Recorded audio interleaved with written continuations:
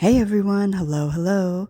As always, I hope this video finds you in good health and in good spirits. Today's video is about one of the most debated and polarizing topics out there: flat Earth versus round Earth. So, we're going to explore why so many believe the Earth is flat, why mainstream science insists it's a sphere, and what evidence both sides bring to the table. By the end, you'll have a deeper understanding of not just the arguments, but also the psychology about why people believe what they believe. For thousands of years, cultures worldwide debated the shape of the Earth. Ancient flat Earth views, early civilizations like Babylonians and some ancient Hebrews described the world as a flat plane, often supported by pillars or surrounded by water. And then there's Greek contributions. By around 500 BCE, philosophers like Pythagoras and later Aristotle argued for a spherical Earth, noting how ships disappear whole first over the horizon, and how Earth's shadow on the moon during an eclipse is always round. The modern census, with exploration, navigation, and eventually space travel, the spherical model became dominant, but even today, flat Earth theories persist. Flat Earth believers often argue that what we've been told is a grand illusion. Here are some of their main points. The horizon always looks flat. Flat Earthers argue that when you look out on the ocean or across vast land, the horizon doesn't appear curved but straight. No sensation of movement.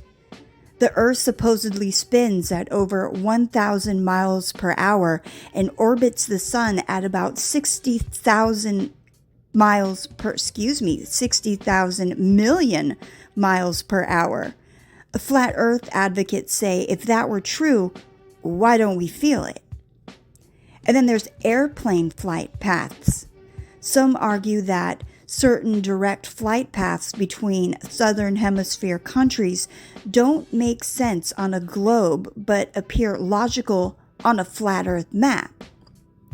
And then Antarctica as an ice wall.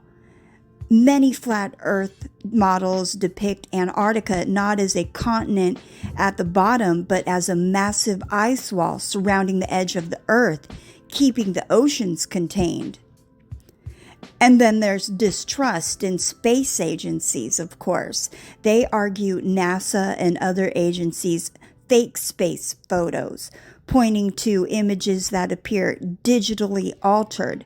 They claim the blue marble Earth photos are composites and not true pictures.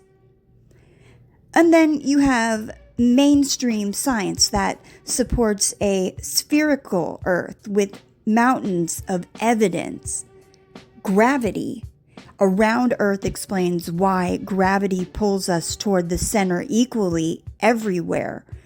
On a flat Earth, gravity would pull objects sideways near the edges, which we don't observe.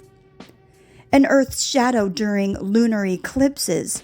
Every time the Earth blocks the sun's light from reaching the moon, the shadow is round. Only a sphere always casts a round shadow. And then time zones. The globe model explains why it's day in part of the world and night in other. A flat Earth struggles to explain how the sun could illuminate one side and not the other consistently.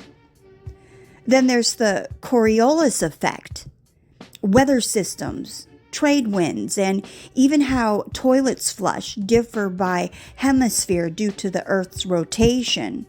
That wouldn't happen on a flat, stationary Earth. Space exploration as evidence. Astronauts have orbited Earth Satellites provide GPS, and countless photographs and videos show a round planet. Independent private companies like SpaceX have also captured Earth's curvature.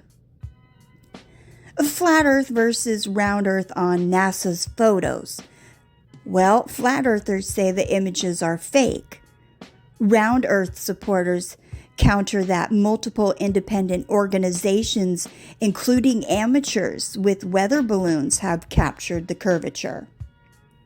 Then flat Earth on water surfaces. They claim water always finds its level, proving flatness. And then globe Earth advocates explain that as water conforming to Earth's spherical shape due to gravity. Why people believe? Well, psychologists note that flat Earth belief is less about evidence and more about distrust of authority, skepticism of mainstream narratives, and the desire for hidden truths. So, is the Earth flat or round? Science overwhelmingly points to a spherical Earth, but the persistence of flat Earth theory reveals something deeper. Humans crave answers that align with what they see and feel, not always what instruments and institutions tell them. At the end of the day, this debate isn't just about the planet's shape. It's about trust, perception, and human tendency to question authority. Yeah, so that's it about the debate. Thank you for tuning in to today's video. If you enjoyed this discussion, help me out by liking the video, subscribing to the channel, and hitting the bell notification for my most recent updates. And also, let me know, do you think that the Earth is flat or do you think it's round? All right, everyone, take care. Peace.